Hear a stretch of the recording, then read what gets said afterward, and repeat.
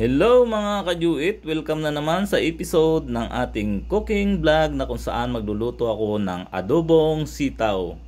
Haluan ko ng breast chicken. Ayan, nahiwa ko na ng cubes. Siyempre ang ating mga sangkap na gagamitin ay bawang, sibuyas, sitaw at karninang manok. Siyempre kailangan din natin gumamit ng suka at soy sauce. At ayan nga mga kajuit, sisimulan na nating magluto. Papainit lang natin ang ating lutuan. At saka lagyan ng mantika. At kapag mainit na ang mantika, ilalagay ang bawang.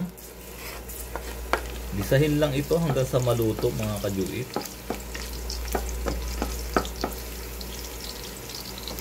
Sibuyas.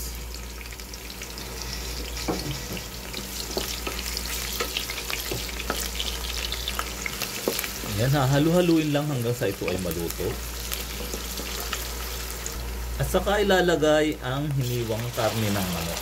Sityo ang ginamit ko na bahagi ng manok dito mga kajuit dahil paborito ko ang sityo. Gusto ko puro laman lang. Lulutuin lang ito ng husto dahil ang manok ay madaling kapitan ng salmonella. Kailangan lutong-luto ang karne ng manok mga kajuit. Hanggang sa ito ay mag golden brown, saka ako ilalagay yung pinutol-putol kong sitaw.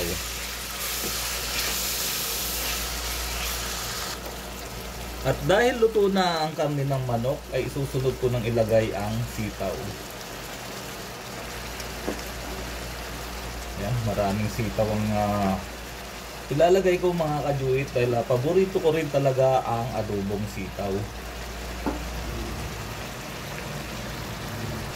Saka ko ito lalagyan ng soy or tuyo.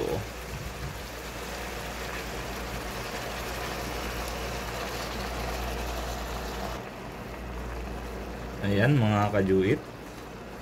Saka lang tatakpan hanggang sa ito ay maluto. Mga 10 minutes dahil gusto ko sa sitaw ay yung lutong-luto siya. Ayaw ko nang medyo malutong pa. Gusto ko yung nalalamog. Ganun ako mag-adobo ng sitaw mga kajuit. Ihuhuli ko rin pala lagyan ng suka ang aking nilutong adobo mga kajuit. Kahit na anong luto ay ng adobo ay hinuhuli kong maglagay ng suka para ang gulay ay hindi kumunat o ang karne kapag ikaw ay nagluluto ng adobo kailangan laging hinuhuli yung suka. Hindi ko na rin nilagyan ng tubig mga kajuit dahil magtutubig naman ito. Habang tinatakpan ay magmo-moisture yan.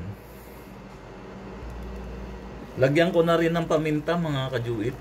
Pamintang durog. Saka takpan ulit. At ayan mga kajuit, kulong-kulo na. Unting-kunti na lang maluluto na yan. At ayan nga, gaya na sinabi ko kanina, hindi ako naglagay ng tubig at nagsabaw na siya. Takpan ko ulit hanggang sa ito ay tuluyang maluto at saka ako lalagyan ng suka. Ayan mga kajuit, dahil luto na ang gulay ay lalagyan ko na ito ng konting suka. Lagyan ko rin ng mantika para nagmamantika siya. Ayan, luto na ang masarap na adobong sitaw. Kainan na. Yummy!